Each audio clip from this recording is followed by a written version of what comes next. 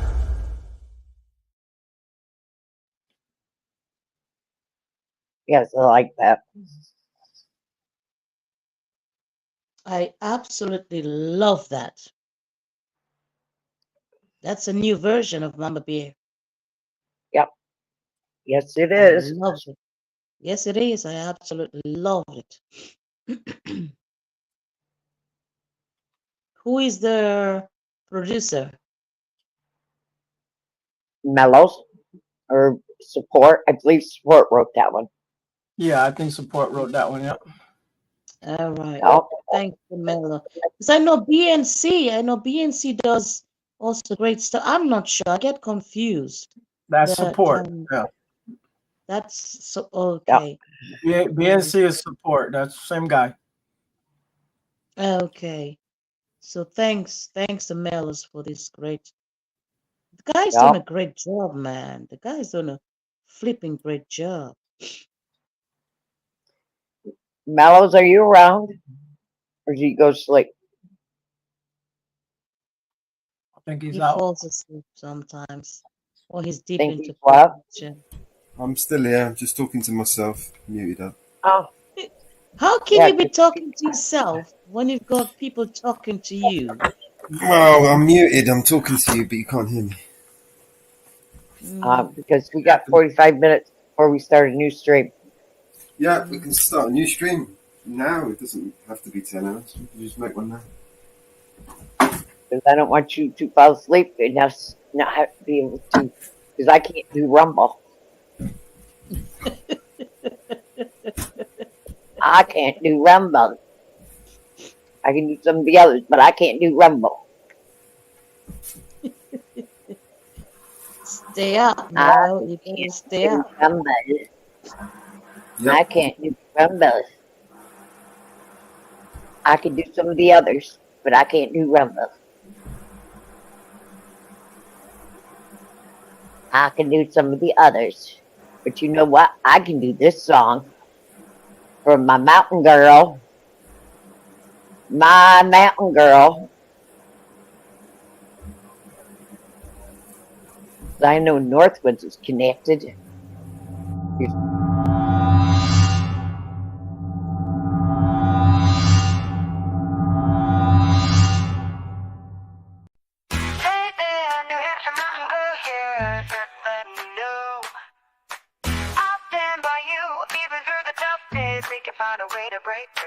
Just remember these words. Fuck fucking woo. Yeah, you heard it right. Fuck fucking woo. Shout it out day and night. Even when the chips are down, I'll walk through the hell with you. Just know you're not alone, 'cause I'm gonna stand by you. We are a team. Team woo fucking woo. That's right, you heard me, and I'll say it again. Woo fucking woo. Woo. Some try to tune it out, 'cause they don't wanna bother. But as our family grows bigger, it just gets even louder. Part of the team. Team woo fucking woo. I ain't scared, I ain't gonna run. I'll still be here when the day is done. Shout it from the rooftop, shout it out strong. If you're happy or mad, woo fucking woo, you can't go wrong. New Hampshire Mountain Girl wants to say.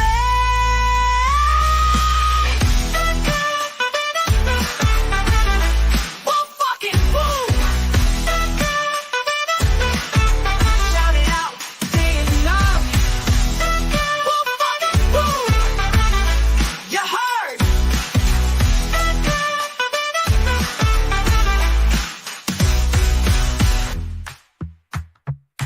Woo fucking woo. You heard.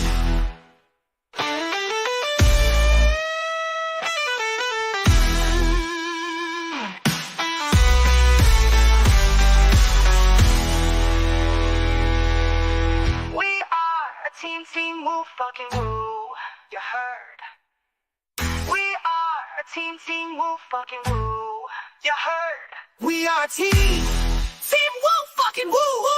That's right, you heard me, and I'll say it again.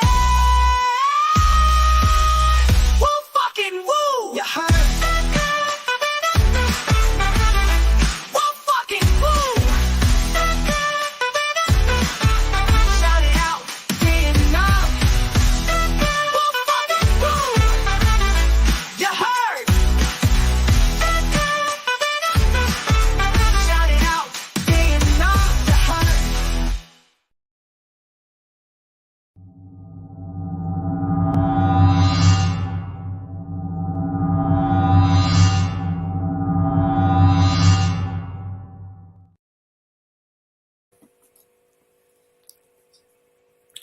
Yeah, little mountain girl. Okay. Well, I need to make a new live. Hang on.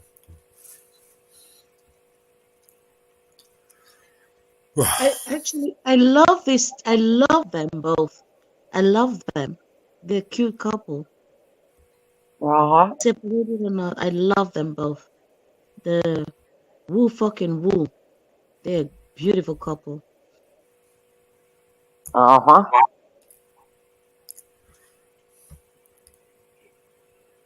Who made that song? Who made that song for them? She did. She did. Yes. Oh, she did. Beautiful.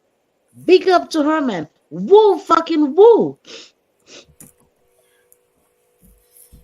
Wow.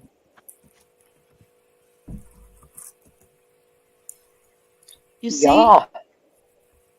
Yeah. Look, you're speaking German. You even speak German. Yeah. Mama Bear, you speak in German. Yeah. Yeah. Yeah. Yeah, my son took Yeah. my son took German. My son took German in high school. Yeah. My son speaks German. He does. Yes. Okay, cool for him. Does he He still speaks speak German. He speaks German, French, German, Spanish, and English. Good. Perfect. Isn't it nice to learn another language that you can understand, that you can communicate with the world, and you can better understand the world? Well, his wife is from El Salvador. No, okay. Sorry? And he didn't have much choice of learning Spanish because his wife is from El Salvador and all her family speaks. They Spanish. speak English and Spanish. Oh, okay. Yeah. So, my granddaughter speaks English, Spanish. She took Japanese and German. Yeah. Hey, Sarge, how are you? How are you doing, Sarge? You come get me? Is that what happened? You came to get me? I'm going to drop the link in the back, guys, for the new panel. If you want to join us, you can join us. You're welcome. Oh, I got a half hour out of it and I lost it. It already crashed on you. It crashed. It crashed. Bastards. New panel link is in the back. All right, I'll grab it. Well,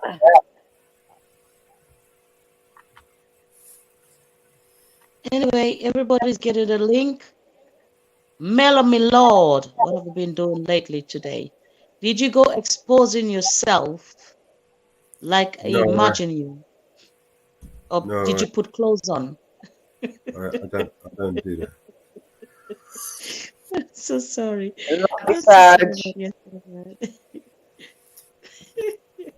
I'm honestly sorry. It's just I went into your brains. You see why I told you? You see why I told the people I did not want to go into your brains. I did not want to go there. I did not want to go to your thoughts. Sarge, we speak English over here, Sarge. I think Sarge just said, "Where's the link?" You're gonna have to get it off Ariel. Man. Just give him the link. Yeah, I can send it to him. I'll send it to him.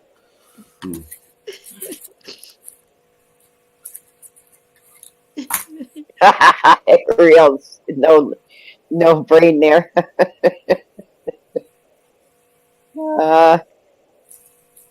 We love you. Yeah. Ariel, if I may say, I don't want to pull the other string on the other end for me, but if I may say, in all good confession, you're a good person. You're a good person. Thank you. Yeah, you're a good person. I see you. You have the Royal Jenny seal, Ariel. You're a good person. Seal of approval. You're going to come up and join us on the next panel, Sarge? It's starting to Sarge for ages. Come up and join us, Sarge. Sarge, if you go to the meeting room, I'll meet you over there. I'll give you that in the private over there in our meeting room. Oh, good, Sarge. Come on up. All right, I miss you. That's I've been over in the panels and you've never there. I'm gonna jump off here for a minute, and then I'll go to the other one once you start it. Yeah, I'm going to understand now, Ariel. Just jump on the next one. I'll see you over there. I already got it. Yep. Cheers, bro. Will I still be able to watch that, or do I have to go and jump around the world and Jenny, find he it? posted the link. He just posted the link in back chat. I can see the link. I'm with you on panel. I don't see links. So it's up to one of you now to maybe send it to me privately that I can link onto it, or I just send you the new link, Jenny. It's in the private chat at the back, but if you can't get if I to it, do in the private chat, I'm gonna fall out. I'm going to end the live in a minute now. Anyway, we're going to go to the new panel. All right. So you're worried about falling off a panel that's going to end. Okay, so it doesn't matter if we fall out. All right. Then I'll just hang on until you fall out. Sure. Just remember go to the back chat, get it, and meet us on the new panel. Yeah. All right. That's up to Mello. Okay. Yeah, if you want to do that. I want to do what you guys want to do. If you're gonna fall out, well, leave it, Jenny. Go get it in the chat and meet us on the new panel. I'll look up for the new panel, and I'll just register my name in private with Mellows. Is that okay? I'm not sure what that is, but if you look in the private chat, do you see where it says private chat? Okay, hang on a sec. Private chat. On the right, there's some icons. Bottom one should say private chat. I'm like chat with everyone. No, I'm not seeing bottom nothing. one. No, I'm not seeing nothing. It's blocking me. All right. What I'll do is I'll email you the link for the next panel, Jenny, just to make things easier.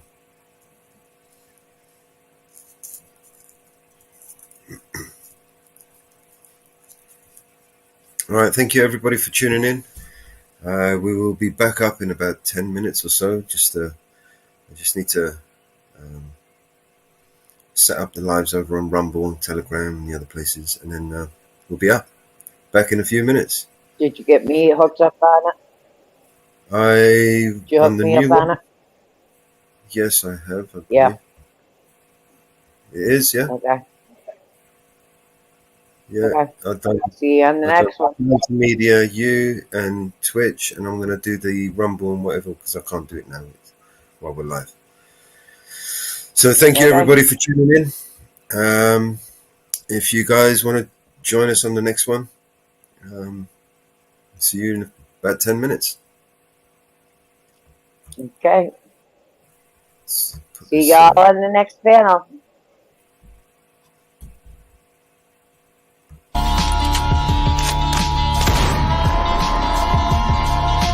This is your emergency broadcast system.